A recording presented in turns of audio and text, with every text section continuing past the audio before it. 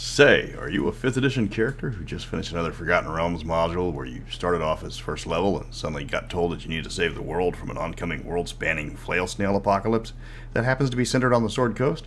Did you manage to level up 15 times in the space of 2 months in-game and have ended up with tens of thousands of gold pieces only to find out there's nothing to buy?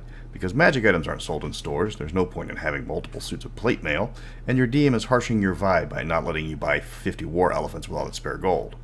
Why not try a holiday in Mystara this year? See the lovely lakes, the wonderful aqueducts of Theatis, and the many interesting winged creatures, including the majestic Shidu.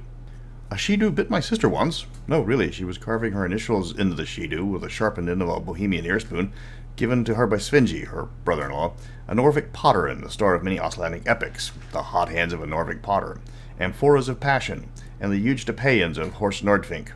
While you do that, welcome to Mystara. I'm Mr. Welch. Today we're checking out the tourism industry. Mystara has the distinction of all the classic settings of having the most theme parks. Between Gaiety Island in Alphatia, Safari Island in Irindi, and numerous attractions in Serene, as well as Barimoor World in Yalarum. No one is really sure exactly what Barimoor is building in Yalarum, it's only that it's massive in scope and evil in nature. So I just picture a fantasy Disney world that lures in adventurers by the score, gives them the time of their life while taking all their gold and gems and sending them back with cheap souvenirs and a funny hat. That's my headcanon, and I'm sticking to it. But who goes to these parks? Who even knows about them? How do you get to them, and what else is out there to entertain the masses? Most of the major attractions are known to the middle and upper classes because they are successful enough to advertise abroad. Serene gets all the free advertising they want with just a low flyby. Visiting some of the more famous tourist attractions become a mark of prestige by the nobles of the various empires or the mega-rich guild masters of Darrican and Minerthad. Minor nobles and up-and-coming guild members will make it a point to be seen in these areas to increase their status. While the cost of travel prevents lower classes from attending, many of the attractions provide low-cost tickets for surrounding towns, encouraging locals to become frequent visitors. Other attractions that will draw in tourists include local tournaments, carnivals, or festivals often put on by the local nobility. Some local festivals have been going on continuously for centuries, and people who hear about them will travel a great distance just to see the event for themselves. Sporting events like jousting are a common draw. The more prestigious the event, the greater the quality of the contestants. The larger sporting events are held at the capitals or other important cities like Salonika. These events are typically held immediately after the harvest, so farmers from nearby cities and homesteads can afford to visit, and then they can watch the events before having to return home. The amount of gambling done at these events is immeasurable. Some tourists just come for the gambling itself. The Mystara Hardball Championship is probably the most attended event in all of the known world. That sport is unique as it is popular among nobility and commoners alike. Commoners will fill up the stadium to watch the game in person, while a large number of wizards will use scrying to watch in on the game as it happens live. The typical tourist is either a successful merchant or a noble of similar wealth. Royalty or nobles such as dukes or princes might attend a formal event held at an amusement park, but actually going on vacation at a flying city filled with attractions at the taxpayer expense tends to cause unrest among the people paying the bill for it. Likewise, guildmasters might take a few weeks off to visit Gaiety Park or Safari Island, but they're few in number and are not going to make a large impact on the ratio of guests. The typical visitor has disposable income, access to transportation or magic, and can arrange for free time to attend the distant parks. Adventurers are frequent guests, but their numbers are only a small percentage of the typical guests. Fortunately for the parks, there is enough mid-tier nobility and middle managers in the guilds of Mystara so that the money never stops flowing in. Gaiety Park in Alphatia caters to its large population of nobles, meaning all their guests are spellcasters of some sort or another. Rainbow Park covers the eastern half of the island and costs 5,000 gold pieces per day, which is a major source of inspiration for Disney's new Star Wars hotel. There you will find all sorts of shows, magical attractions, and simulated adventures for the wealthy guests. Rare and exotic animals are charmed into performing for the tourists, and every whim is catered to. Retired adventurers take visitors on planned and simulated quests where the nobles can pretend to dungeon crawl through a variety of different missions.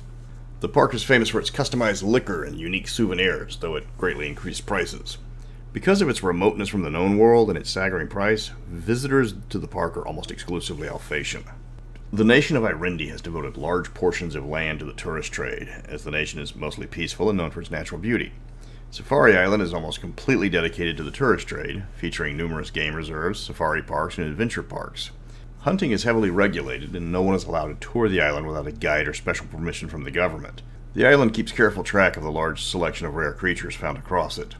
Hunting is only permitted if the population can support the hunt, and the fee for hunting magical creatures can reach thousands of gold pieces easily. Tours of the island are organized by various companies, such as Sambella's Safari Island Tours. These are experienced trackers who know the location of the more interesting creatures, and more importantly, know how to get their entire tour back alive. Adventure parks are the main draw for Safari Island, where anyone with the gold can live out their dreams of being a veteran adventurer. The adventures are staged, with neither the guest or the park staff being in any real danger. Magic items only create illusions, weapons are blunted, and healers are on standby. Some parks, like Club Mad and Blood and Metal, have poor safety records, but that attracts a certain crowd looking for danger. The best-known park is Gaston's World of Adventure, which has built entire dungeons for its guests to explore. It uses actual monsters as staff, with a large number of shapeshifters on the payroll to play any role if necessary. Even normally evil humanoids have signed on as employees, preferring a steady paycheck as a stunt performer instead of raiding and pillaging. The Royal Tournament of Adventurers is held on Safari Island every year to select Irendi's king and queen, and it is a major draw to the park, not just by normal tourists, but is considered a state event that is attended by representatives of nations as far away as Alphasia and Osland. While the royalty are just figureheads, the other nations use the tournament as an opportunity to visit the tropical paradise and to discuss business with the government officials that actually run the nation. The events of the Royal Tournament changes every year. As soon as one is finished, construction on the next tournament begins. Outside of Safari Island, there are other locations that draw in a large number of tourists. On Alcove Island, the former pirate Dak is famous for his treasure hunting tour. He is familiar with the various shipwrecks and plants fake treasure in the wrecks, along with a single valuable gem.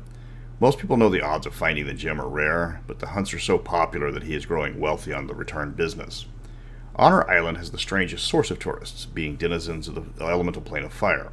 They pay incredible sums to visit the prime material plane to see the wonders of the other elements, with the wealthiest Genasi, Ifrit, and Solex paying extra to visit the other islands. One of the most famous resorts belongs to Mr. Cork on a private island near Fletcher Island. He claims to be a Belcadese elf, but the large amounts of reality-bending magic he uses makes many people believe that he is a she of great power. For 100 gold pieces a day, he will create anyone's fantasy for them to live out, though it will not always be the treat they expected. Still, all his guests return unharmed and often more the wiser for their experience. Irendi is one of the most accessible of all the tourist destinations. The safari parks are surprisingly affordable, not to mention the many beaches and boat tours are popular with visitors. With Irendi's ships built for speed, visitors from nearby nations are brought in daily. The nation maintains consulates in most major coastal towns, which also sell vacation packages at often discounted rates. So a family of Trollodaran farmers might be able to save up enough money to enjoy a few days in a tropical paradise, as Irendi makes profit on the volume of visitors. The city of Serene is the direct opposite of the other locations, as it comes to you. The city is surprisingly affordable, as part of any trade deal it makes is to provide entertainment for the local population. A baron that lets his entire barony head to Serene for a day of frivolity will greatly improve morale in that region. Of course, that offer only applies to the people that aren't terrified of getting on gnomish flying machines. From elaborate theatrical spectacles to low flybys by their planes and pegatars. Food and drink on Serene are expensive, but they pride themselves on the variety of snacks they can provide for visitors. There are numerous museums devoted to gnomish culture and inventions, one of the most impressive libraries in the world, and quite a few amusement park rides. Serene tends to cater to the lower classes, as nobles tend to find the attractions kitsch. However, the city does provide high-quality service for the more exclusive clientele, but is limited by space on how many of those can visit the city. There are numerous attractions across the known world that draw in visitors from other lands, though they aren't known outside of certain circles. The Darrican Masked Ball is attended by wealthy and elite from across the continent. Getting an invite to the ball is a prestigious invitation, as the list of the guests is small. The games of Thyatis might not be popular in other nations, but will draw in visitors across the Empire to the capital, especially when the games are called for by the Emperor himself. The World Elevator in Etrugan is a technological marvel. It opened up the plateau of Etrugan for people to experience the land of the Bear Clan. While the appeal is limited, it is popular with artists and bards looking for an inspiration from the top of the Great Plateau. The gigantic mechanical wonder known as the Earthshaker is an incredibly popular attraction in the fairs and carnivals it appears at. It is possibly the largest creation ever made by mortals, standing 12 times taller than the Tarrasque for scale. As it marches all over the countryside, villagers will try to find out where it's going to stop so they can finally attend the festival where it's going to be showcased. Most people will never set foot in an amusement park, as with the exception of Serene, peasants can't leave their farms to travel to another nation for a vacation. Nations bordering the Sea of Dread allow merchants and wealthier farmers to visit Irendi, while over in Alphasia, even the most successful merchants have a hard time affording a visit to Rainbow Park. The lack of transportation limits a lot of tourism, but Serene eliminates this restriction. Even many of the fierce warriors of the Ethengar Steppes know the joy of riding the sky cars of the flying gnomish city. If your players have too much money, these parks will eat up the gold like candy. The higher-end hotels and attractions will cater to your players' every desire. Tailors waiting to craft bespoke suits. Bards are ready to write ballads of your most recent exploits, and servants are just a bell ring away. Your players might not be royalty, but they can pay the staff of numerous resorts no small sum to be treated like them. Don't forget to save up enough gold to gate back to the Forgotten Realms to stop the next world-threatening disaster. I think the Svarts are next up to try to destroy the world. Next week, I'm continuing the focus on the cities of Mystara with a look at the Venice of the Mountains, Glantry City.